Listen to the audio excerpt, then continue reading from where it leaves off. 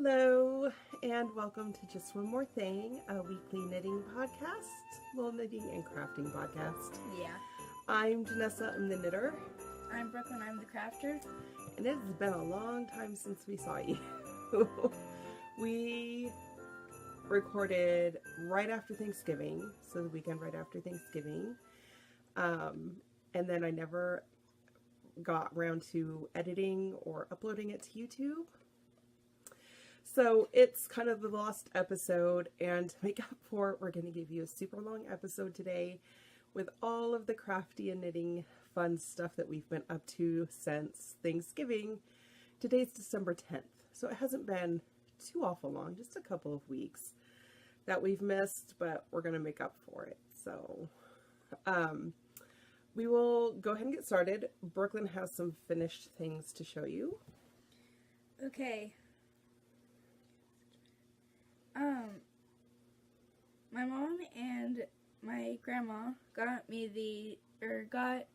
some glue, some Bead Fix glue, and some post backs and some fish hook backs to make more earrings. Fish hook. Oh, the yeah. The hooky ones.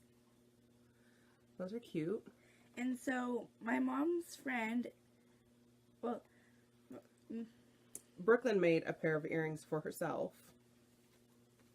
And I posted them on Instagram. And then what happened? And then one of my mom's friends said, "Oh, those are cute. Can I buy a pair?" I said, "Yeah." I responded to her. I said, I don't even know if she has enough stuff to make another pair, but I'll ask. And she did. And she agreed that she would be willing to sell a pair to my friend. My business is probably going to be a lot slow. Your what? Oh, so we're considering the idea. We haven't fully decided yet about, she wants to sell some earrings. I'm not entirely sure how to go about that. There's some logistical stuff that I have to kind of research about, because she's a minor, because she's under 18, like how does that work, her selling things?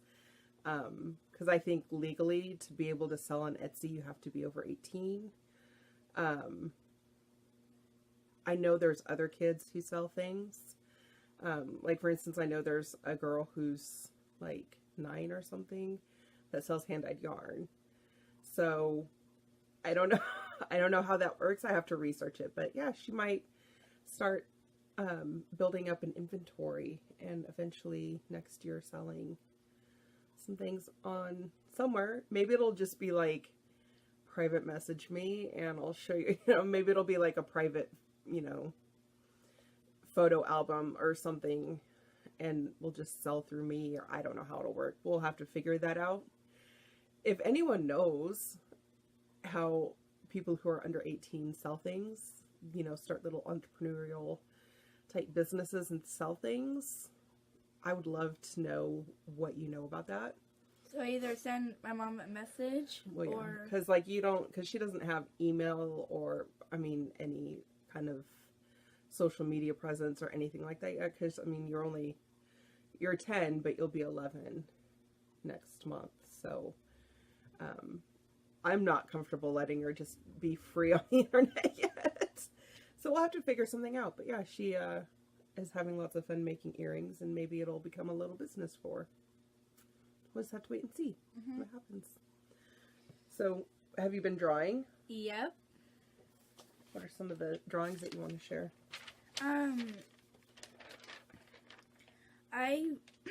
We get this magazine called Explorer. It's about animals, and it's kind of from the Missouri Department of Conservation. So I did a little raccoon, and then the font up here. I traced it off the magazine. And I did not use Masterpiece, because that paper is see-through. Yeah. And then, I don't know if you've seen the... Mom, there's something on... Oh, sorry. There is... you know how... There's an artist that just drew words and drew animals with the words. My mother-in-law shared a video on Facebook, and the artist wrote the word cat. And then using those shapes from the letters, he drew a cat. And he did the same thing with like a dog. So a unicorn. So, I made 2 of my made-up Paw Patrol members, Ginger and Crystal. I wrote their names, and then I drew, like, kind of see. Yeah, you can kind of see, like, there's the J for Ginger and the I. And... oh, what's this one? Crystal. So you can kind of, like, see the C. The C becomes part of the mouth, and cool. And then, I've been working in my little drawing book again. I tore this page out. So here is Claire. She's another Kind of a weird, it's dark here, and we went and bought new, you can try to turn the overhead lights on. Here, hold that up. I'll turn them on. I'm closer. Here.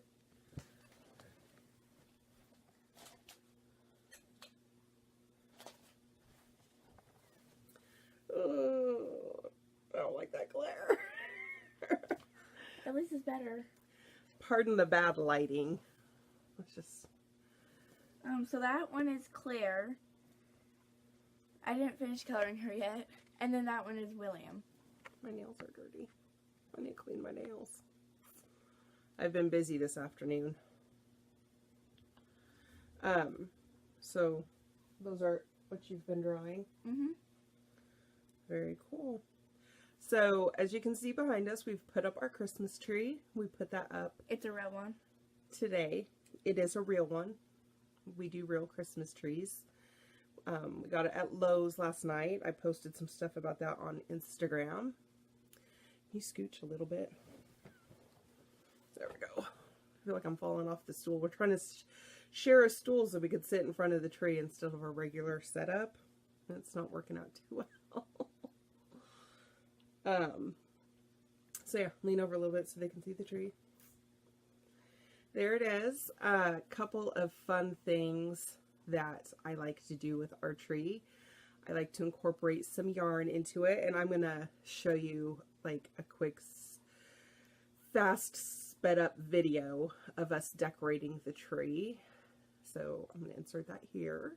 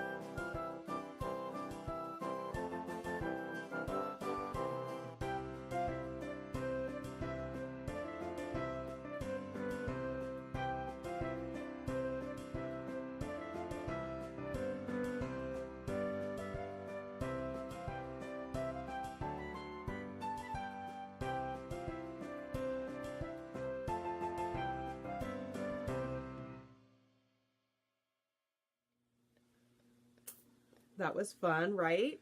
So you saw a couple of the fun things that we did to make our tree special. One of them is the garland, the red string hanging on the tree. That was a ball of Knit Picks palette in their red color. And I basically just did a chain, like crochet chain, like you would for your setup base chain. I just chained the whole entire ball of yarn. I wind it into a big ball, and then every year we just kind of loop it around the tree for our garland. So it's our yarn garland.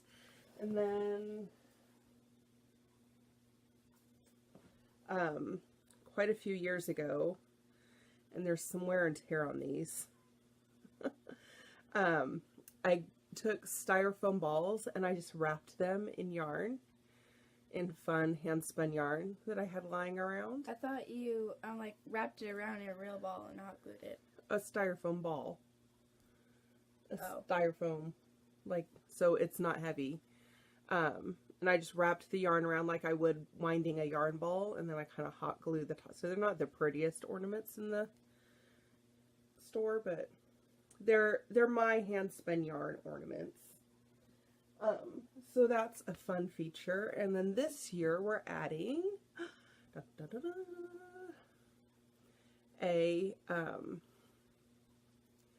it's a little crooked, but a hand knit star to the tree. This pattern was on Ravelry. It's in some sort of Nordic, I don't know if it's Norwegian or the name is unpronounceable to me. I'm not good with Nordic languages and pronunciations. The pattern is written in English though, so no worries there. It was a free download. It was like in the top 20 on Ravelry today.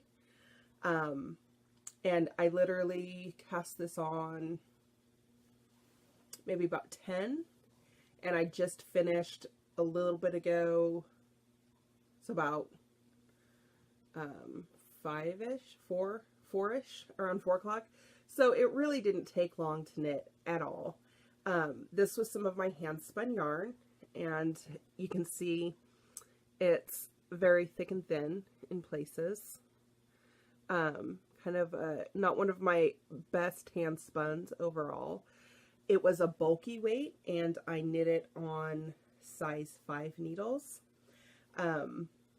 I honestly tried to do this on a circular needle, and it would not work. You absolutely have to do this on double points. It's a little fiddly, but in the end you get this really cute fun star. And here, I'll put it up here on the tree. Oh, the one adjustment that I made to it is I put this little loop on the back. I just picked up stitches and then grafted them, sewed them on there so that it would sit. Hold on.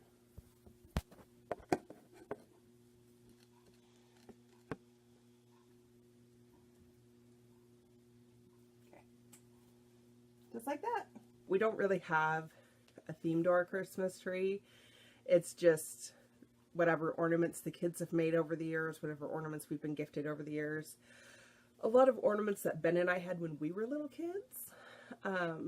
And so up until this point, our star on our tree was, it was kind of a fun tradition, but I thought maybe it was time to class things up a little bit. When Brooklyn was very, very little, she made a tree topper out of an old toilet paper roll and coffee filters, and it was an angel.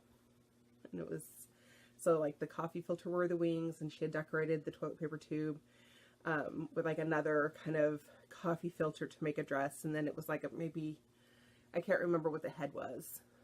But anyway, so it was like an angel, and then you just set it over the top of the tree. And that was our tree topper for a long time until it got ruined. And so then around the time Emerson came along, Brooklyn started making a new tree topper every year out of toilet paper rolls. And it was just a toilet paper roll that she had drawn on with marker. I think last year you drew Ryder was the character that you had drawn on there, which is fine. Like, we put it on top of the tree. The kids loved it. But this year I was kind of adamant that I wanted to stop putting toilet paper rolls on top of our tree. And so I knit us a star. And hopefully you guys aren't too sad that we no longer have toilet paper rolls on our tree. We could make ornaments without toilet paper rolls. We could. Okay. Moving on. Another fun thing that happened this week. I can't remember if on the last, here, hold this up, podcast we showed that I finished my Chasing Rivers shawl, the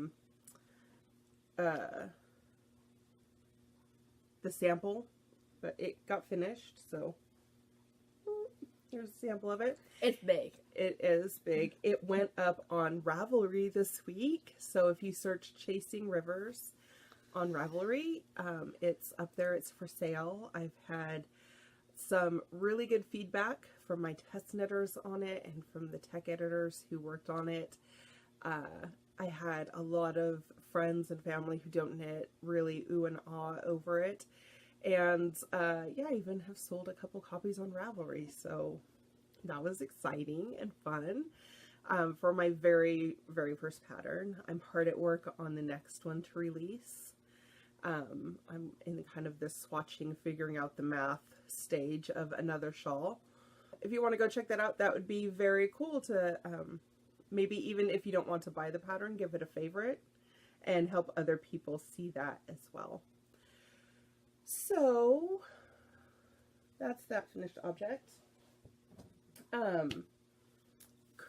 Well, let's talk. Yeah, we'll do Christmas crafts because these are kind of finished. They're not 100%. For Christmas this year, I decided to gift. You hold that one up. Hold it. Triangle like that. There you go. I decided to do some string art. I think we showed on our last episode. I had found like a kit at Walmart of a deer head. That we bought for Ben to do string art with. Well, then after that one was so easy, I was like, well, I think we can totally do this ourselves. So I had Ben find me some old barnwood, and we cut it into these small squares. This one's for my sister. She likes arrows. So we did that one. And then this one I still have to kind of glue down, weave in the ends on the strings. So those are kind of still hanging. But this one's for my dad and stepmom. They live in Oklahoma. So The heart is where... Yep, the heart is where they live. And so we did the state of Oklahoma for them. And for my in-laws, this one also needs strings finished on it. It's Missouri. We did Missouri, which is where we live. So. And then this is where Grandma and Papa live. which is also where we live. But yep, so I did, for them, I honestly didn't know, like, they didn't really have a favorite kind of graphic that I thought they would want to hang on their wall all year long. So I just did the states for them. I'm going to show a picture here.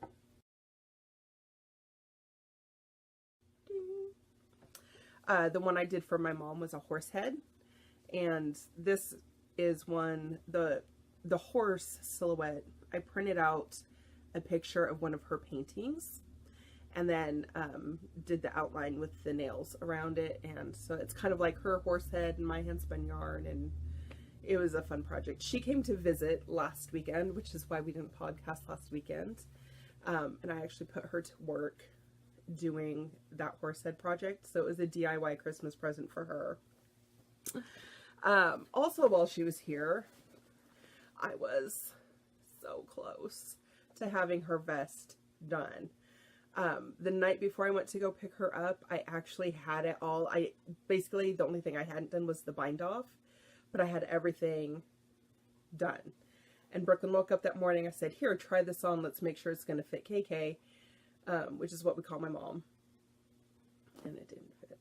Like, she couldn't even, the back, the arms were too close together. And so, like, she couldn't get, there was no room for the shoulders, basically. I was a little sad that I had not knit it correctly. So then when Mom was here, like, I had ripped back and I re-knit some stuff and it still wasn't fitting right. So I ripped back again. She did a lot of ripping Basically, out. I'm on like my 4th attempt at making this right. So at this part, I've completely abandoned, at this point, I've completely abandoned the original pattern because I just wasn't able to make the math work with the yarn that I had left and the fit and everything. So what we have here, if I can find it all,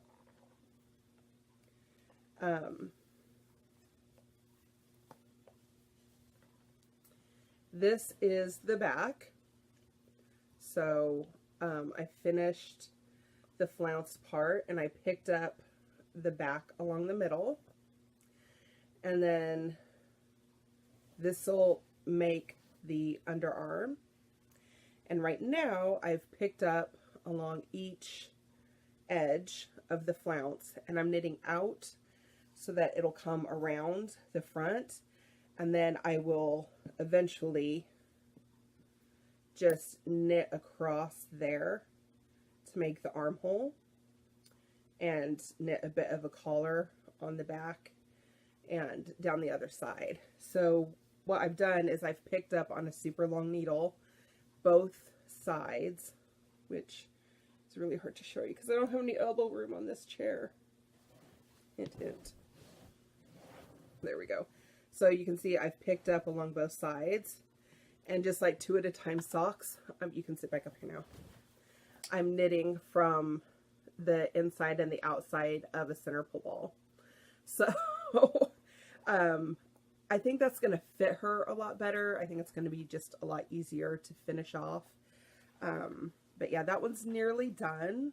So I am excited that I do have enough yarn to finish this project. I've been really worried the whole time that I was going to run out of yarn, but I think we're just going to barely make it in under the wire. Okay. I think Brooklyn was getting a little bit bored, so I sent her to entertain Emerson, and I'm just going to finish up a couple of quick projects. So another thing that I am excited to start in the new year is the Comfort Fade Knit Along that Andrea Mowry is doing. I do not have it in my budget to go buy the yarn that she suggests, so I got some of the Knit Picks bare yarn while it was on sale, and I have dyed my own yarn, and the kids helped me with it. So here are my 3 colors that I dyed. This one's a very light gold with purples and teals in it. Whoops, fell on the floor. This one's a much darker orange with browns and teals in it. And then this one is obviously very, very teal with darker browns in it. Now, I'm not entirely sure that I like how those will fade, especially this one, because it contrasts so much.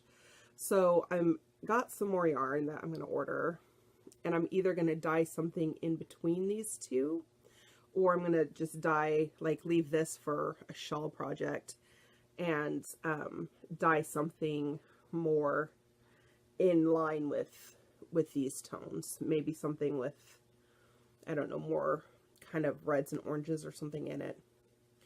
But yeah, so I've dyed some yarn to go with that Comfort Fade Cardi, and we'll see how that, I'm not even ready to cast it on. I think that starts like January 1st is when she's doing that knit along. Those over there. And then the last thing I have to show you is we were at Joann's, and I picked up some faux fur, and I have been busy making pom-poms. So I got two different colors. Let me make them pretty. There we go. Fluff them up a little bit. So I got 1/8 of a yard of this white. Let me show you over something that's not so glary. There we go. So it's white with little gold flecks in it. It's nice and long. And I was able to get kind of two different sizes out of that 1/8 of a yard. So you basically just cut yourself a circle. And I got some large and some small out of that. And I basically just took round things in my house, like the edge of a bowl or like a big canning jar. On some I used like a plate or something. And you run a little basting stitch with like some embroidery floss around the edge, and then you just cinch it up and you stuff it. I have learned a couple things about stuffing though, which I will share with you if you're going to make these for yourself. So out of the 1/8 of yard, I think I got like 12 or so different size circles of the white. I got 1/4 of a yard in the brown, and so I got quite a few more circles out of the brown.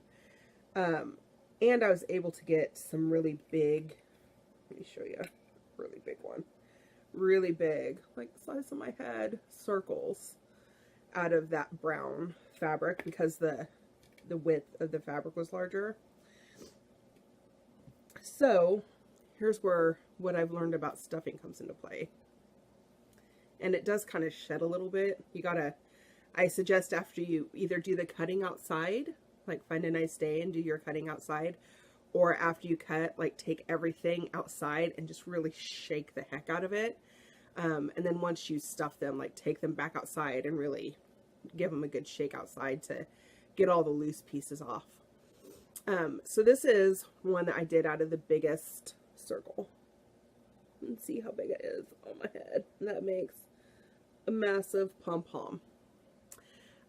However, when they're this big, if you stuff them really tight, they're really heavy. You can't, I mean, there's no way for you to really see, but this is very heavy, and it would drag a hat right off your head if you put this on a hat. So this one I'm actually going to unstuff. I'm gonna, you can kind of see where it's just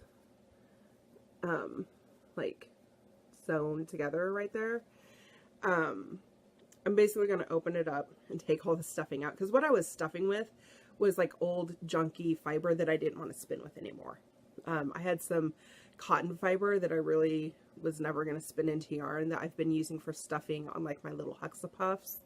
I had some like the kind of leftover fur from the scraps. I had used some of that, and like little bits of yarn and stuff that I just was kind of like randomly stuffing with, and it ends up just being way too heavy.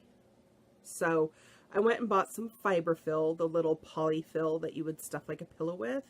It expands a lot more and holds its shape, but it's much, much lighter. So when you're stuffing them, definitely use like a polyfill. And don't overstuff them. Like, don't stuff them really, really firm. Stuff them just enough so that they'll hold the round shape. Because unless someone's going up and like really squeezing it, it's okay that it's not super, you know, it's just going to sit on the top of a pom-pom. And then once you leave like a long tail that you can either sew right onto the hat, or you can get the little snaps and you can sew a snap. Using this, you can sew a snap onto the middle, and you can sew the little other half of the snap onto your hat, and then you can snap different pom-poms on and off. So buying the faux fur, you're going to get quite a few pom-poms out of it. I suggest, you know, like sharing with friends, or making tons of hats that have pom-poms on them. I don't know.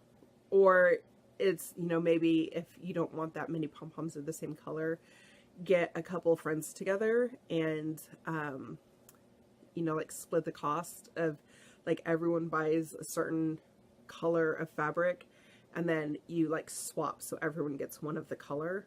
Like, everyone's put in the same amount of money, but then you end up with lots of different pom-poms. Have a little pom-pom making party or something. Because like I said, you do get a lot of pom-poms out of even like 1/8 of a yard of fabric or 1/4 yard of fabric. The faux fur is a little pricey per yard, but when you're only doing like 1/4 of a yard or 1/8, and then you have those like amazing 40% off coupons from Joann's, or, you know, whatever, if wherever you're buying your fabric at, if you buy it on sale or with a coupon or something, it ends up being like super cheap. And then when you divide that out per pom-pom, these are super cheap to make. I think maybe I have $1 in each of these at most. Insane, right? And they're just super fun. And you can put them on more than hats. You could put them on, like, make some real small ones and like put them on lace, like on boot toppers, like put a lace around a boot topper and have fun little fur pom-poms on the tops of your boots.